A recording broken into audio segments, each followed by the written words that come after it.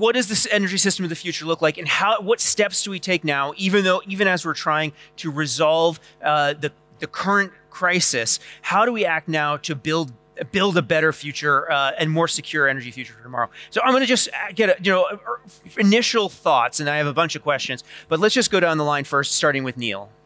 Well, thank you so much for having me, and to the Atlantic Council for hosting this forum in person. It is so good to be back at an in-person conference.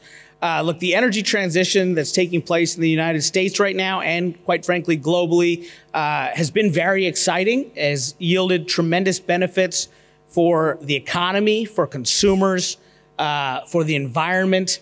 And we're starting to see the geopolitical implications as well. And it's all something that we have to consider. During my time as a chairman and commissioner at the United States Federal Energy Regulatory Commission, my principal focus, that of mine and my colleagues, was on reliability, on the reliability and the resilience of the grid. We wanted to make sure that when Americans hit the switch, the lights came on. And in my capacity, I actually got to serve in the international arena, advising our allies on how to design their markets to ensure clean, reliable, affordable delivery of electricity. As we are undergoing the energy transition, we have to make sure that we do not take our eyes off of this concept of reliability. The reality is as grids are facing extreme weather events that are coming with greater frequency and more intensity, that has a challenge on the grid, which in turn drives a greater need for accelerated decarbonization. But according to NERC, which is the reliability standards expert in the US, who worked very closely with my old association, FERC, decarbonization poses some challenges to the reliability of the grid. And therein lies the challenge. Extreme weather events test the reliability and resilience of the grid, but we need to decarbonize faster to ameliorate that, but that in turn puts pressure on the reliability of the grid. And as we look to decarbonize the economy, that's going to require an even greater emphasis on electrification. We're going to look to electrify our transportation sector, look to electrify the vehicle, our buildings. And some experts have said it may even triple the amount of electrification needed in the US, and I imagine our allies will model that around the world. And so it's a really complex puzzle that we are trying to navigate. What we have seen in the US is that climate change doesn't know political party or affiliation. We had 2 incidents in the past year plus in the US, in Texas, a very conservative state, and in California, a progressive one, in which both of their grids were pushed to the brink. Texas by an extreme cold weather event, California by an extreme heat wave and wildfires. And what we saw is different market design flaws and a lack of emphasis on reliability in both instances pushed those grids to the brink. And so I think policymakers in the US need to have a greater focus on managing the energy transition with an eye towards reliability. What I saw firsthand during my tenure at FERC was that designing markets, balancing state policies, a focus on regulations and subsidies and mandates, I found to be an inadequate approach to maintaining reliability. It's not politically viable in the US today, but I would like to have the conversation around carbon pricing. In my view, a transparent price on carbon, a market-driven approach to decarbonization is the reliability solution that will enable us to navigate this complex area. But obviously, there are complications with moving in that direction as well. But it's worth having the conversation, and that's why I appreciate coming to forums like this, where we can have candid, serious discussion about these topics. Thank you. And I want to call out our good friend, Adam Szyminski, who, when he was at the EIA, commissioned a study that demonstrated that a carbon price, a very minimal carbon price, would put nuclear energy in the money in the United States, which would deeply enhance reliability. We're seeing with nuclear plants shutting down in the United States, that's causing some of the reliability challenges that you're talking about. So Adam, thank you for doing that work. Charles, your thoughts? Same. Well, first of all, it's a huge pleasure to be here, and thank you so much for the invitation. I think there's a number of lessons which we can learn. The starting point is that we need to be more alert to the dangers, and we don't need to wait until they happen before we respond to them. We've allowed ourselves, particularly in Europe, to become too dependent on a single source. That we don't get much of our gas from Russia, but Germany gets over half. Italy, I think, is 70%. Germany gets over half its coal from Russia. Europe as a whole gets half of its diesel from Russia. And that we have allowed ourselves to become over-dependent on one country. Winston Churchill said when he was Minister for the Navy, he said, security comes from diversity and diversity alone. And that was true 100 years ago and is true today. And so what we have to do now is to build into policy an approach which makes sure that we have diverse sources of supply and diverse routes for bringing that to our markets. So that's the starting point. I think without getting that right, we're not going to learn the lessons which we need to now. The minister, when he was speaking this morning, talked about the need for security of supply, for decarbonisation, and for affordability. Of those, I always believed as UK minister that security is the most important, because you won't decarbonise if you haven't got security, and it won't be affordable if you haven't got security. So we need to rebalance that equation and to make sure that we're giving proper attention and focus to how we maintain our security of supply. And Europe, I think, now has learned a very harsh lesson. It's going to get worse before it gets better. But we need to start building in that as a thinking element of government policy to make sure we get it right going forward. The only bit of fortune which we have in this awful crisis is that it's happening at a time when it actually makes economic sense to go for low carbon sources. That wind, solar have now come down so much in price that actually, if we were getting more of our electricity from renewable sources, it would have been cheaper than getting it from gas, where the gas price is at the moment. That's a temporary situation, a temporary picture in the market, but actually it makes economic sense to go down that route. So what we also then have to do is to harness the enthusiasm, which you saw in the last panel, we've seen with the young entrepreneurs earlier on today. We need to harness the enthusiasm to push forward innovation, push forward invention. This is an extraordinary era for innovation and invention.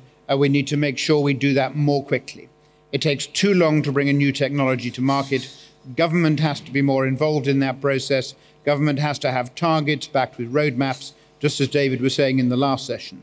And if we do that, we can accelerate the transition, but we now need to be much more alert to the risks in the world. Charles, thank you. Regina. 3 things, Randy. I would say we need to focus on commonality, communication, and collaboration. Let me just say a few things about those 3 C's. Commonality is that it's about the common good, right? We're all about trying to make the planet great again and address climate change, and the bad actor is CO2 emissions. And CO2 emissions don't carry passports. So how can we reach across the aisle and recognize that we are fighting a common enemy, and it's not a one side is better than the other or one technology is better than the other. It's how do we focus on the outcomes.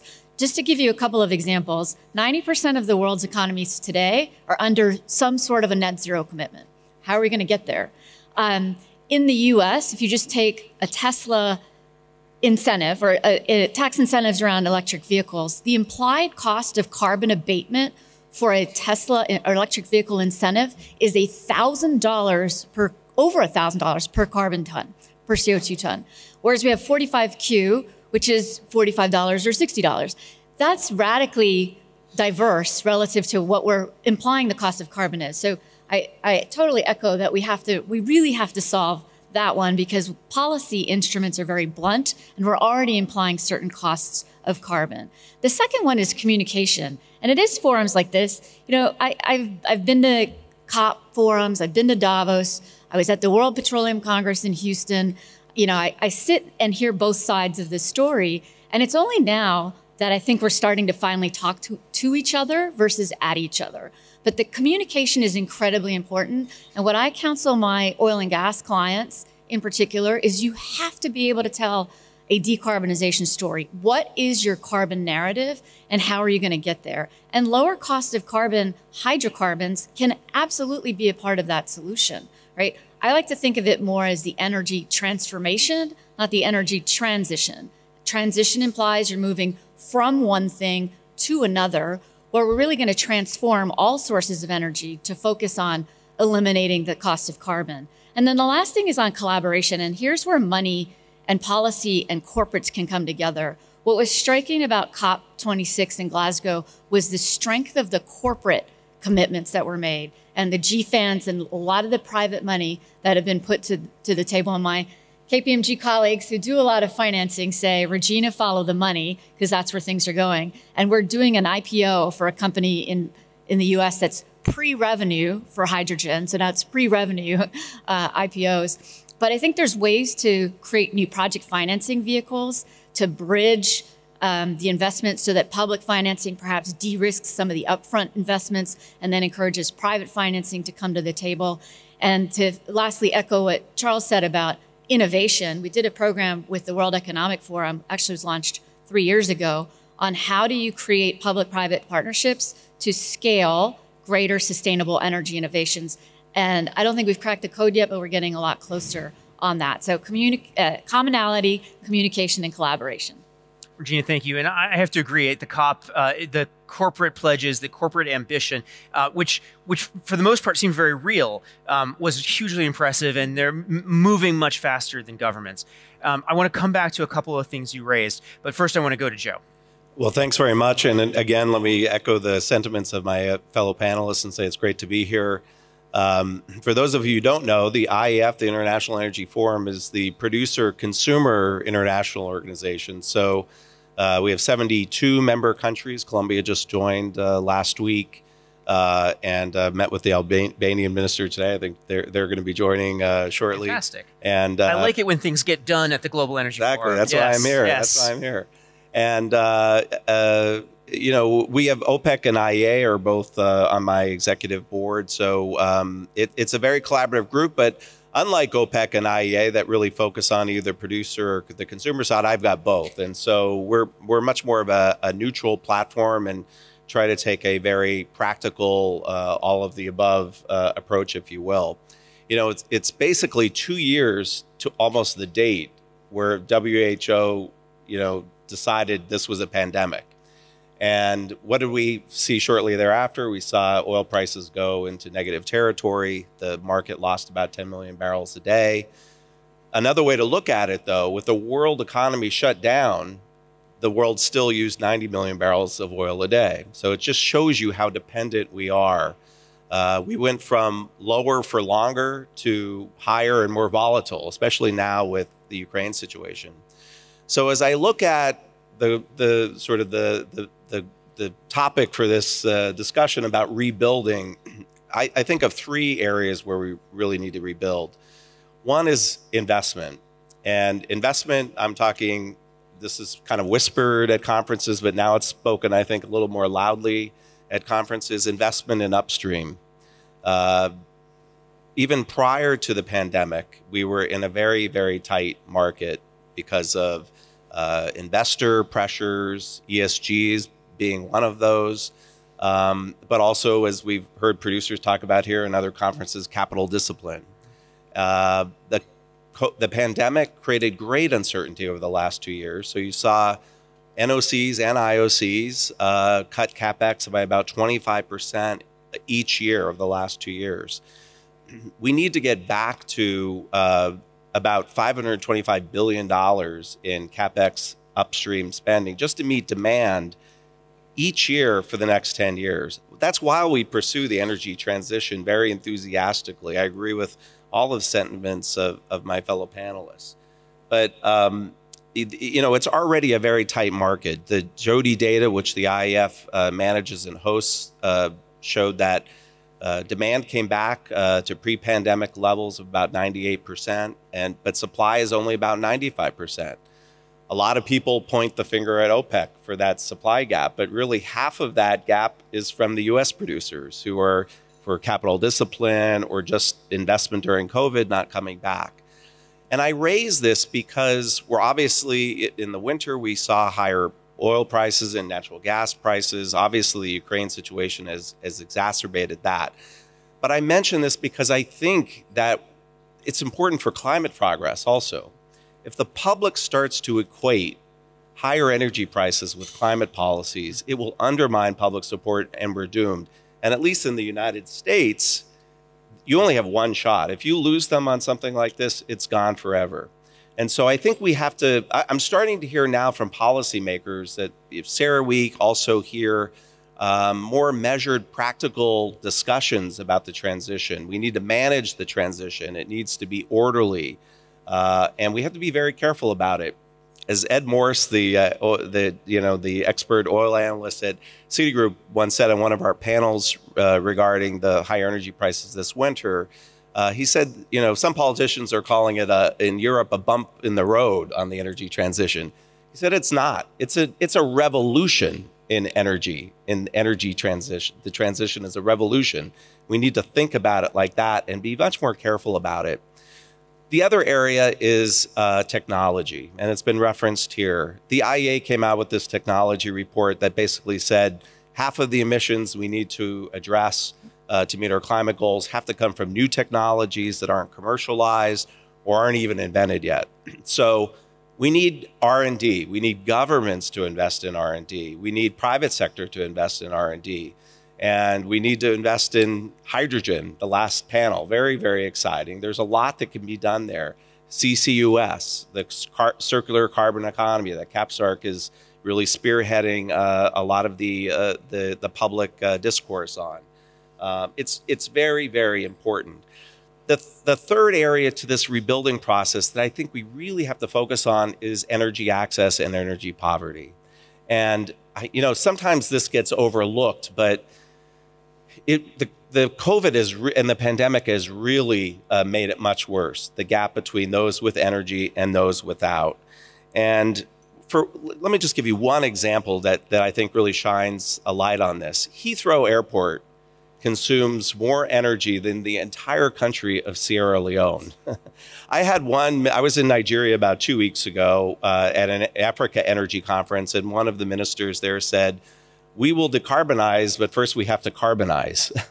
And, there's a lot of discussions at conferences like this about stranded assets. And I get the point. But right now we have stranded lives that are demanding energy, that need energy for so many important reasons. And so I think we have to raise energy poverty and energy access really to the top of the agenda as we look at rebuilding. Joe, thank you. I want to pick up on the investment thread because it also goes to something that Regina said. On investment, do you see an opportunity to create a new type of investment that's not ESG, that funds the upstream but is greening, that encourages greener production, that encourages ultimately scope 1, scope 2, net zero production? And Regina, to tie this in, you say that you're finally starting to see communication, that people are not talking at each other, they're talking to each other. Do we have a moment where that type of investment is really possible because the communication is finally starting to happen and people are sort of both sides sort of get what the other cares about a little more? And you can both answer. And actually, I know you all will have things to say about this. Well, on the investment side, I think we have to be honest. I think we have to admit that we are completely underinvested in oil and gas development now. And I think the minister said this morning, or other panelists said, these are long-term investments. And right now, the investment community is really handicapping these investments. Certainly uncertainty in COVID has really added a lot to it. But I would agree with what Regina said. I do think companies, especially on scope 1 and scope 2, are really leading by example. And there's no company today that doesn't, any serious company that doesn't have a decarbonization strategy. The question is what happens on scope 3? Because scope 3 is about demand, public demand, and it's really out of the control of these companies. And so I think, regulators, Neil and some of his former colleagues, not necessarily this was your focus, but as we look at scope 3 emissions, and the SEC in the United States, I think, is coming out with something shortly on this, we have to be very careful about the messages we send to the investor community. So I think we have to be honest, though. We need to start investing again. And I think the end goal is so you can make climate progress. You have to prevent price spikes, certainly hurting consumers. But what you want to do is make sure that we have adequate energy supplies so that the costs don't get out of control and the public blames climate policies. Regina? What I would offer is, I didn't want to sound overly Pollyanna, Randy, because I don't think we're necessarily completely collaborating the way that we need to. There are components of the investor community that are incredibly sophisticated, and they do understand the dilemma, the energy poverty dilemma, energy security, affordability, reliability. I am a survivor of Winter Storm Uri myself. Thank goodness I had natural gas infrastructure that went straight into my home, not like a lot of other parts of the world would. But I think that the challenge is the common investor. And I speak to a lot of board members within the oil and gas community, and they talk to a lot of the younger analysts that represent Wall Street, and some of them are less attuned to they don't, for example, they don't understand that carbon emissions are based on estimates. I mean, I was shocked by that a lot of the investors that they talk to in New York don't even understand that the basic carbon reporting that we see today are based on algorithms, measurements, extrapolations, et cetera. So I think it gets to where Meg was talking about earlier, is we have to get to the point where we can count carbon in the same way that we count money. And that's what Mark Carney said to us at KPMG when we were at COP26 in Glasgow. The accounting firms really have to figure out how we start counting carbon emissions in the same way that we count currency down to detailed levels. And only then, I think, will we have the level of transparency to reduce emissions that we need to provide for the investor community to be confident in what we're doing. Yeah, if you can't really measure it, you can't really change it. So if it's just guesses, then yeah. Right. Charles, I know you wanted to jump in here. Yes, I think that investors are becoming much more critical in this area. If you look at the way that they've turned their backs on coal, very hard to find public investment into coal now. And the oil and gas runs the risk of moving in the same direction. And so for publicly quoted companies, they're going to face shareholder activism. And if they are not moving in the right direction, if they are not investing heavily in low carbon technologies in the way that BP and Shell are, if they're not tackling their methane emissions, if they're not looking to how they advance carbon capture, that they will then be marked down and they will find it much more difficult to get that. So there is a market which is working here, but the industry is going to have to show that it is really moving the dial. But the greening companies, as opposed to the green companies, so the hydrocarbon, the oil and gas companies, which are moving significantly into this sector, have the ability to carry out that transformation or the transition more so than the green companies do, because they've got the heft, the huge balance sheets to enable them to do it. We cannot make the transition in the way we need to, at the speed we need to, without those companies being involved. And so we do need that joined up debate as to how we encourage investment in there, but we do it in a way that then encourages them to be doing the right things environmentally. Got it. Neil. I'm coming at this from a slightly different perspective. I was an energy market regulator, not an environmental regulator, but we confronted many of these issues, and a lot of the policy decisions we had to make at an energy market regulator were grounded in questions around carbon mitigation and decarbonization goals. The approach that we took was twofold. The existing market structures in the U.S., and we're seeing this somewhat amongst our allies globally, were designed to protect incumbent monopolists. And what we essentially did during my tenure at FERC that I'm quite proud of is we removed barriers to entry to some of these innovative new technologies to enable them to be compensated for all of their attributes, for capacity, for energy, for ancillary services. And so this really ties together everything that my fellow panelists have been discussing.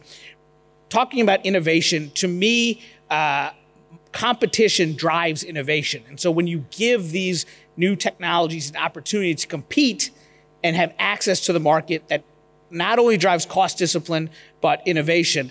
It also draws investment. When investors see that there is some market certainty and opportunity, they come in that regard. And what I'm hopeful for, because the political environment in the U.S. is so volatile to this day, because I served during a Republican administration and we moved these market rules that were in place for a couple of years during the prior administration and are being cemented during the Biden administration, they will provide regulatory certainty. And that has been one of the things I think has frustrated investment in the U.S. is that the necessary investments to rebuild, these aren't, short term. These are 10, 15, 30-year investments.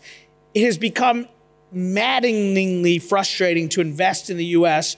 when the political pendulum swings rapidly so back and forth. You look at U.S. EPA, for example. EPA went one direction under the Obama administration, went a completely different direction under the Trump administration, and now has reversed course the other way under the Biden administration.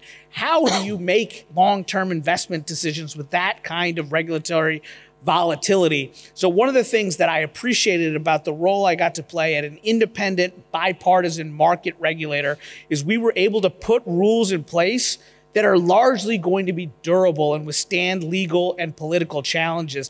And I think that is critical, having that steadiness, that beacon of stability in this otherwise volatile regulatory landscape, I am hoping will draw out some of these cleaner energy investments. Neil, thank you. Joe, you want to jump in? Yeah, I mean, to Neil's point on this investment and sort of certainty, we just hosted in February our annual Energy Outlook Symposium, which and CapSARC participated in that, but we co-hosted it with IEA and OPEC. And the short-term forecasts, of course, in February, we presented them. They're completely out the window now. But the medium and long-term forecasts are still there. And I think the lesson that we're learning from the current crisis is maybe we need to listen to markets instead of models. Regina talked about, gap. You referenced gap procedures. Maybe we need some kind of gap standard for forecasting, energy forecasting, because basically we examined these long-term scenarios that OPEC and IEA and ARENA and even different private sector companies. And if you look at the difference in oil demand in 2050 between the highest case scenario for demand and the lowest case scenario, the gap is 100 million barrels of oil. That's today's oil market. So if you're an investor or you're a company that needs to make an FID, you're a policymaker that needs to choose a pathway, how do you make these decisions with such great uncertainty? And this is a big problem that we have to address. I'm kind of joking about the gap for forecasting, but I'm quite serious about it as well. We have to get much more, we have to listen to markets, I think, more, and we have to be much more practical and realistic about the future. Joe, thank you. We have about 10 minutes left, and with that last 10 minutes, I do want to pivot a little bit and talk about cooperation, international cooperation, because it is going to be crucial. But Joe, you mentioned that 50% of the technology that we need to decarbonize is not yet invented. There's a risk that this gets invented and gets kept in one country or another country, that there is not technology transfer, the technology transfer that's needed to really to decarbonize globally, because this is, of course, a global challenge. So I'd love to just think through what are the various opportunities for international cooperation. From where I sit at the Atlantic Council, we obviously think first and foremost US-EU, though that's just a bias from where we sit. But that's, since I have that, I'm going to start there and go to Charles. Charles, when you were energy minister, the UK was still part of the EU, and now we still think of it as broadly Europe. So I'd love your thoughts on this first. That I sort of developed a concept which I called energy diplomacy, which was about how you actually use diplomatic mechanisms to try and strengthen your energy position. So, for example, Mohammed Al-Sadr, who was my Qatari counterpart, I would send him a message every time Manchester United won a football match and say, well done, great result, because he was a huge supporter. And I thought, well, if we're a bit short of gas and I need an LNG terminal, I've done the background work, and so he'll send one in my direction. And that the collaboration is really critical as part of this. The UK is not an island when it comes to gas. We have a whopping great big gas interconnector from Norway, and we have other interconnectors, so we can be a transit country for gas. So we cannot isolate ourselves and protect ourselves from those global changes. We've got to see ourselves as part of that continent, even if we don't want the political connectivity which comes with it. So absolutely, collaboration is part of this. We get about 3% of our gas from Russia. Germany, as I said, 50%, Italy probably 70%. We will not make the changes which are necessary unless we work together to help them to reduce their dependency on Russian gas. We can do it on our own, but it makes not an iota of difference to the big picture. So we've got to find ways in which we do more collectively in order to do it.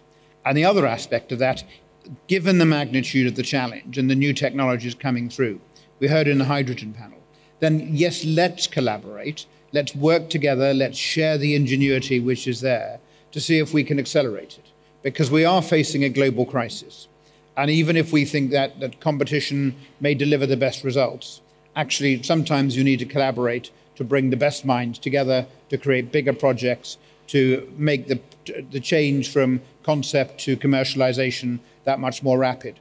And you can't do that without the collaboration, I think. Thank you. Now, Joe, you work at an organization that is defined by international collaboration. How do you think about that in terms of next generation technologies and making sure that those get developed and shared and deployed globally? Well, one of the things we're doing right now is actually a suggestion that David Livingston and his colleagues in Secretary Kerry's office recommended, and DOE, is to really track government spending on clean energy R&D. I guess Mission Critical used to do it at one point, but when they became 2.0 Mission Critical, that sort of dropped. And I think on the, following up on this IEA technology report, I think that it's becoming critical that clean energy R&D, especially by governments on kind of the most riskiest type of technologies. I mean, you really need the governments to really be investing here. Certainly the private sector does its own, but I don't think we should expect the private industry to invest in the most riskiest technologies. But in any event, we're encouraging our member countries to invest, and the U.S., I think, commendable. The administration has proposed quadrupling clean energy R&D in the U.S.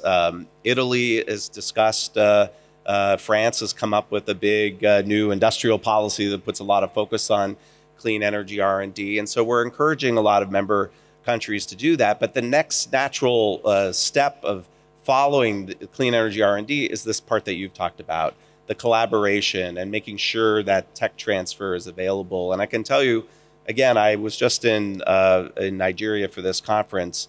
They're yearning for help on the technology side and really very, very open. Yes, they want to develop their own natural resources, but when the alternatives come, they don't want to be left out either. And I think lastly, it's important to recognize the role that this region is playing in this clean energy revolution, if you will. You have the UAE and Saudi Arabia pursuing aggressive, as we heard in the last panel, clean green energy, green hydrogen projects.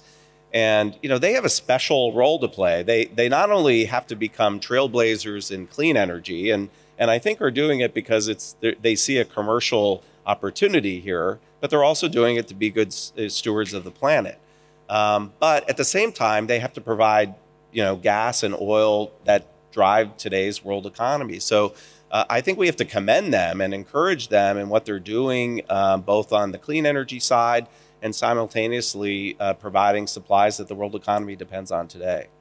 Joe, thank you. So Regina, when you're advising clients, many of whom are big multinational companies, but they develop a new technology, they obviously want to make a profit off of it. How do you think through this challenge for them in terms of making sure that that they make the investment, they make the money that they need to make off of it, but also that they are good corporate citizens and that this is going to be part of the future? So we were just having this conversation with one of the very large IOCs about thinking radically differently about how they finance their investments. A lot of them are balance sheet financiers. Their cost of capital is still quite low. Could change, but right now it's still quite low. And we think that the area of clean energy, particularly around hydrogen and particularly around carbon capture and sequestration, is a little bit like the disruptive moment that offshore wind faced 10 years ago. And if you look at the model of Ørsted, formerly Dong, and how they grew and capitalized, I think there's an opportunity for the IOCs to do that. So they could do, $500 million sort of experimental developments with CCUS projects, do 4 or 5 of them. It's $2.5 billion. Onward, de-risk it, get it running, have offtake agreements, and 2 or 3 years later, onward sell 49% of that, maintain the cash flows. Green investors are probably going to pay a premium for those assets. What an idea. So I think that the industry is going to have to think very differently about access to capital, how they fund projects, this notion of really long cycle investments that are more joint venture, where you're tied in for 20, 30, 40 years. That's not the wave of the future. So that's the kind of advice that we're giving in terms of thinking differently about how to scale innovation and investment. Got it. Thank you. Now, Neil, you were a domestic regulator. Did this ever come up in what you were working on, where you're thinking we've got to solve this problem here, but there's a whole wide world out there? Yeah, it did. Look, I was surprised when I took my seat as domestic energy market regulator at what opportunities I would have to engage in the foreign policy arena. One of the responsibilities we had at FERC was to evaluate applications for liquefied natural gas export facilities. So I thought maybe I'd go and visit some of our allies to see if there was sufficient offtake before we authorize a domestic build. What I found was our allies are closely studying U.S. power markets. They're looking at the U.S. example where we at FERC have the foremost expertise, 2+ decades now, of designing markets that have provided consistent delivery of clean, reliable, affordable electricity. And we have successfully squeezed out carbon in the U.S. through our market designs. And I thought the U.S. State Department across administrations has done a very good job of using FERC for this type of soft diplomacy, where we've gone in and entered into these MOUs. I think I signed 7 MOUs during my tenure as chair of the commission with our allies to basically go through this exercise of teaching them what has worked and what has not worked for us as we have gone through this experiment of basically competitive electric markets and delivery. And what we found is that there is a hunger for technology to meet the market design. So as we enable our allies to structure their markets in a way to push for decarbonization while maintaining reliability, it's an opportunity for U.S. manufacturers, for others to have that tech transfer and to make sure that that's there. So you create the market dynamics that lay out that regulatory ecosystem that drives innovation and enables the technology to come in. That's really interesting. I wasn't expecting that answer, so I've learned something new today, and I've actually learned a whole lot today. We only have 2 minutes left in our final program, and so I want to give each of you 30 seconds to just, if you had one action item that a policymaker, a government, a company could take. You can name it, if it's a company or a government or whatnot, your choice. What would you advise them to do to build a better energy system going forward? And we'll go down the line, starting with Joe. Well, I think based on the current crisis, we need to look at the immediate short term, and that's really investing in energy today so that we can provide energy security to countries, with obviously a special emphasis on Europe, but really, as I talk to ministers around the world, they're all now very specially concerned about energy security. So I think a focus on energy security in the meantime and investing to make sure countries have the adequate supplies for their economies and for the world economy is probably the most important thing right now. Joe, thank you. Regina. I'll finish where I started. Commonality, communication, collaboration. Energy security is at the forefront. I'm a child of the 70s. I remember waiting in the back seat of the car on odd and even days. I grew up in Hawaii because we didn't have access to gasoline. So I had to wait hours and hours just to fill up the tank. We're learning that lesson again.